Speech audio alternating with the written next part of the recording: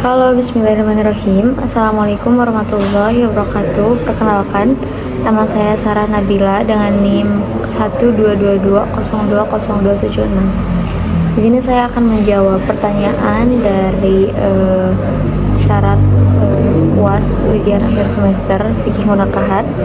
Untuk pertanyaan yang pertama adalah apa yang dimaksud dengan hak dan kewajiban suami dan istri? Jelaskan hak dan kewajiban suami istri menurut Al-Quran. Baik, di sini saya akan menjelaskan bahwa hak dan kewajiban suami istri adalah serangkaian kewenangan dan tanggung jawab yang dimiliki oleh masing-masing pihak, istri maupun suami, dalam pernikahan berdasarkan syariat Islam. Nah, hak dan kewajiban ini adalah dua komponen yang saling terkait dan tidak dapat dipisahkan.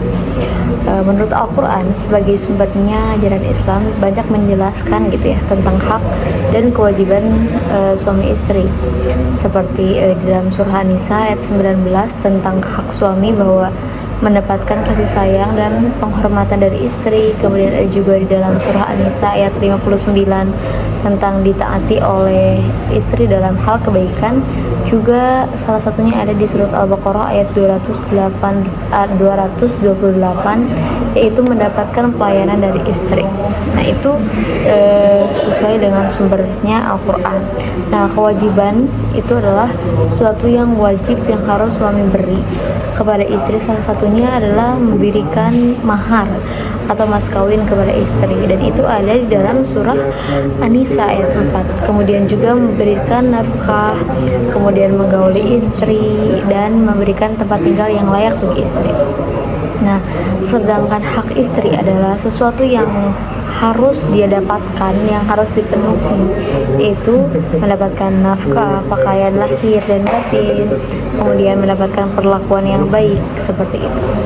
Nah, kewajiban sebagai istri juga harus mentaati suami dalam hal kebaikan, kemudian menjaga diri, menjaga harta suami, seperti itu. Juga memelihara rumah tangga dan juga mengurus anak-anak. Begitu. Jadi kesimpulannya bahwa hak dan kewajiban suami istri dalam Islam itu merupakan landasan penting untuk membangun rumah tangga yang harmonis dan bahagia. Baik, untuk pertanyaan selanjutnya adalah jelaskan yang dimaksud dengan nusyuj dan tindakan yang perlu dilakukan bila ada salah satu pasangan yang nusyuj. Nah, di sini saya akan menjelaskan bahwa pengertian nusyuj itu adalah secara bahasa berarti meninggikan diri atau durhaka atau berpaling. Nah, dalam konteks pernikahan Islam, nusyuj diartikan sebagai sikap yang durhaka, tidak patuh atau membangkang yang dilakukan oleh salah satu pihak, istri kepada suami ataupun suami kepada istri. Nah, ciri-ciri nusyuj ini yang pertama adalah meninggalkan kewajiban yang terhadap pasangan. Misalkan suami yang tidak memberikan nafkah kepada istri, itu termasuk nusyuj, tidak diberikan kebutuhan yang layak kepada istri. Kemudian melakukan perbuatan yang menyakiti pasangannya, seperti itu, dan meninggalkan rumah tanpa izin pasangannya. Nah, jadi nusyuj yang tadi saya telah jelaskan itu ada beberapa dampak, bahwa salah satunya adalah merusak keharmonisan rumah tangga, kemudian menimbulkan perselisihan dan pertengkaran, melemahkan rasa cinta kasih sayang antara suami istri, seperti itu. Nah, tindakan yang perlu dilakukan jika nusyuj itu terjadi, yang pertama adalah musyawarah dan nasihat. Makanya bahwa rumah tangga itu harus dipondasi dengan agama, dengan iman, dengan syariat, dengan peraturan. Kemudian melibatkan pihak ketiga seperti keluarga atau tokoh agama yang kita percayai, seperti itu. Kemudian jika masih belum bisa terselesaikan, maka bisa juga diselesaikan oleh hakim agama, seperti itu. Penting untuk diingat juga bahwa nusyuj itu bukanlah solusi ya untuk menyelesaikan masalah rumah tangga. Maka sebaiknya suami dan istri harus saling memahami, memaafkan, dan berusaha menyelesaikan masalah tersebut, seperti itu. Nah, untuk mencegah nusyuj itu, kita harus memperkuat pemahaman kita terhadap poin yang pertama tadi, yaitu hak dan kewajiban. Kemudian meningkatkan komunikasi dialog yang terbuka antara suami dan istri. Seperti itu. Terima kasih. Untuk jawaban yang nomor 3, itu pertanyaannya adalah apa yang dimaksud dengan poligami, hukum poligami, dan alasan poligami. Jelaskan adil menurut syarat, hukum, dan secara agama. Baik, untuk pengertian poligami itu sendiri berasal dari kata Yunani yaitu poligamia, yang artinya banyak pernikahan. Secara umum, poligami itu diartikan sebagai perkawinan di mana seorang pria menikah lebih dari satu kali, atau seorang pria menikah dengan wanita yang berbeda, seperti itu. Nah, hukum poligami di Indonesia ini diperbolehkan secara dalam Undang-Undang Perkawinan Perkawinan nomor 1 tahun 1974 dan Komplikasi Hukum Islam atau KHI ya. Yaitu salah satunya Undang-Undang Perkawinan, poligami hanya diizinkan dengan syarat-syarat tertentu. Jadi tidak bisa dilakukan oleh siapapun. Yang pertama harus ada izin dari istri yang pertama, kemudian kemampuan suami untuk menafkahi istri dan anak-anaknya dengan adil, seperti itu. Kemudian komplikasi hukum Islam, di Islam boleh poligami dengan harus melakukan syarat-syarat yang tadi telah saya jelaskan. Sebetulnya hampir sama dengan syarat hukum itu, akan tapi alasan poligami dalam hukum dalam agama itu ada beberapa syaratnya. Yang pertama juga sama harus adil dalam perlakuan dan lain sebagainya. Kemudian keadilan dalam pembagian hak dan kewajiban istri, seperti itu.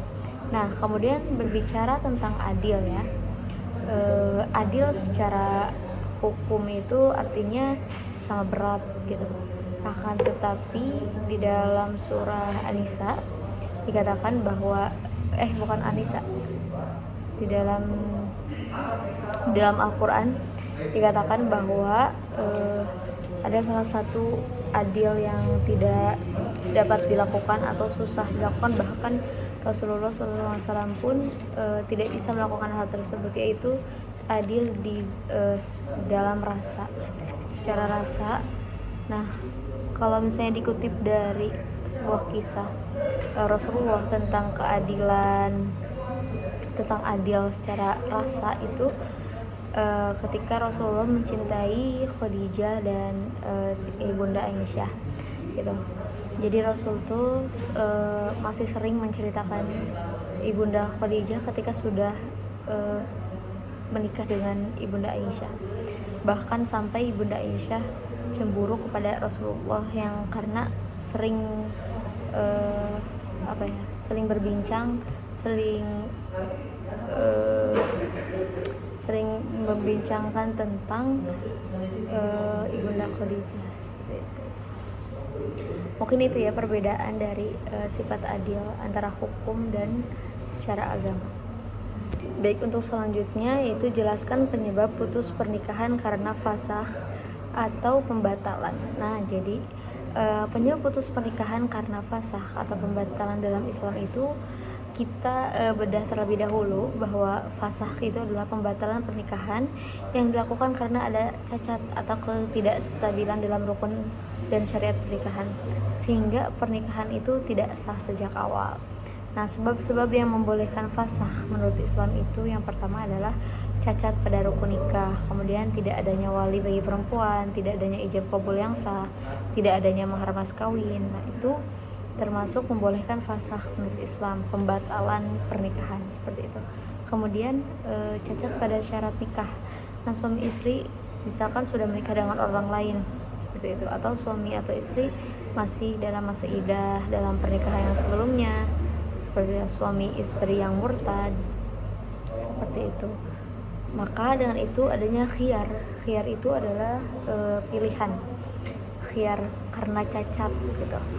Suami istri memiliki hak untuk membatalkan pernikahannya karena ada kecacatan fisik atau misalkan kecacatan mental, seperti itu. Nah, khiyar karena syarat, ini beda lagi dengan khiyar karena cacat. Kalau khiyar karena syarat itu adalah suami atau istri memiliki hak atau membatalkan pernikahan karena tidak terpenuhinya syarat-syarat tertentu, seperti itu. Untuk nomor selanjutnya, jelaskan penyebab putus pernikahan karena perceraian atau talak. Jadi banyak sekali penyebab talak itu terjadi. Kalau kita lihat gitu ya, kalau talak itu adalah ikrar dari seorang suami yang menyatakan perceraian kepada istrinya. Nah, dalam Islam talak itu merupakan hak